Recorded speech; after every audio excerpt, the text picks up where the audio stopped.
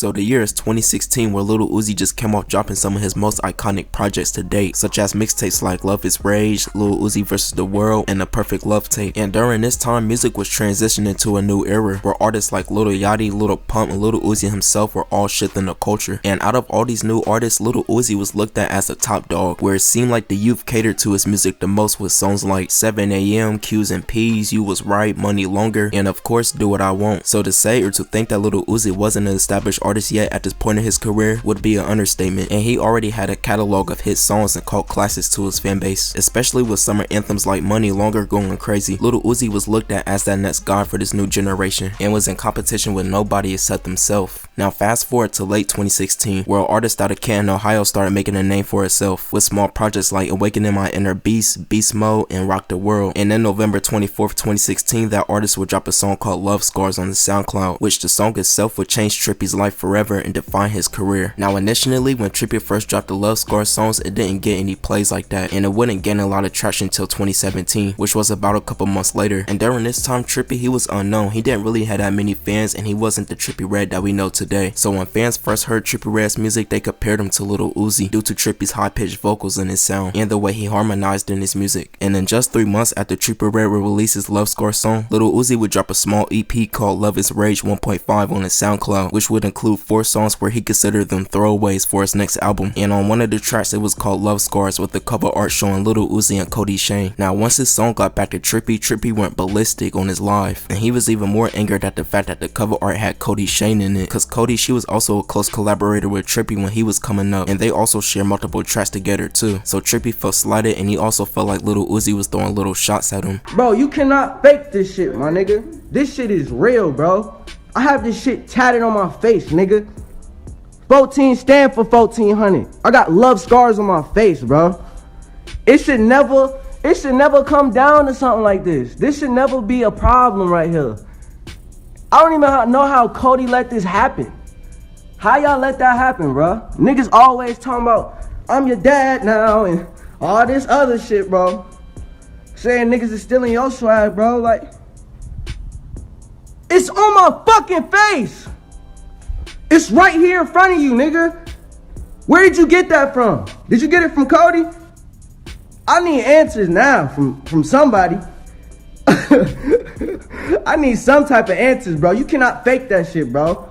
That's just some clown shit, B. That's some clown shit, real talk.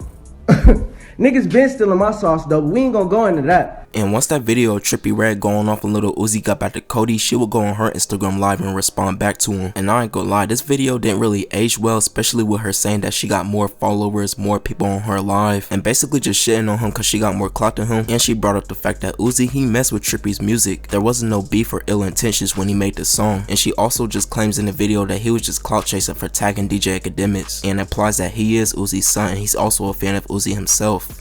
First of all, your Instagram live has never even went up this far, so now we all know why you doing this shit.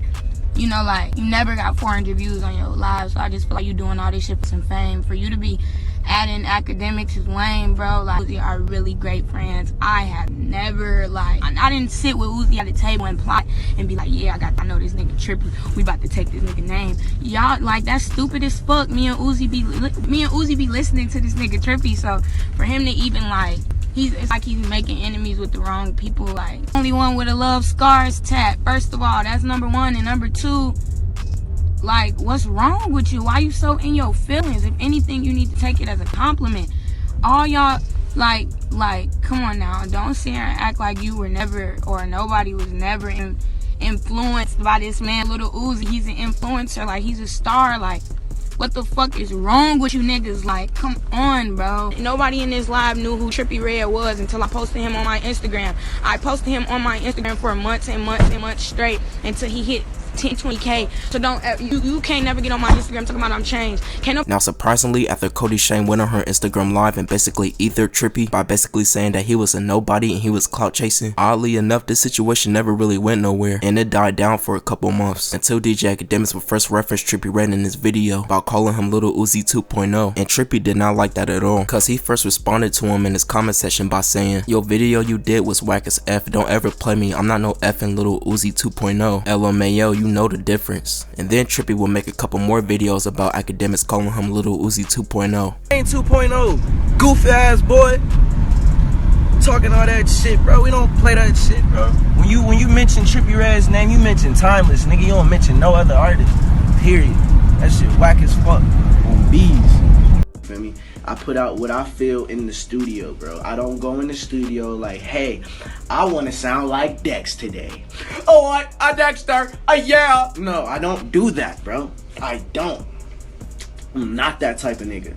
Or you don't want to come, like, there's no reason to compare a nigga. Like, why do y'all compare? Like, it's a whole different art, you feel me? If you really wanted me to sit down and be a technical nigga and break down the differences between me and Uzi, I would sit there and do it.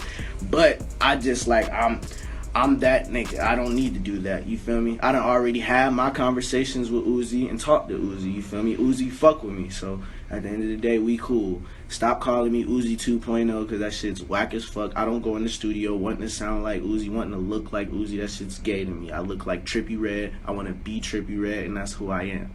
And basically, academics, he would respond back by saying that he personally didn't mean to offend Trippie Redd, but whenever a new up-and-coming artist starts to get some buzz, he always compare him to a bigger artist that more rap fans are familiar with, so that way they can have a more clearer understanding for their music. And he also went on to explain that if anything, he should take that as a compliment, cause he claims Lil Uzi, he doesn't have a bad song, and he's arguably the best artist to come out this generation. To whereas if he compared Trippie to a trash rapper, then he should take that as a diss. And what academics did to Trippie is nothing new, cause when Lil Uzi first came out, he called him Young Thug 2.0 until Uzi made a name for himself and became the guy. So that's all it really was, and it showed months later that Trippie was still bothered by this Uzi comparison, cause now not only fans are basically calling him Uzi clones, but now a big media figure was also calling him that too. And finally, Uzi, for the first time, he would get on live to publicly respond to Trippie and state his opinions on him and his music.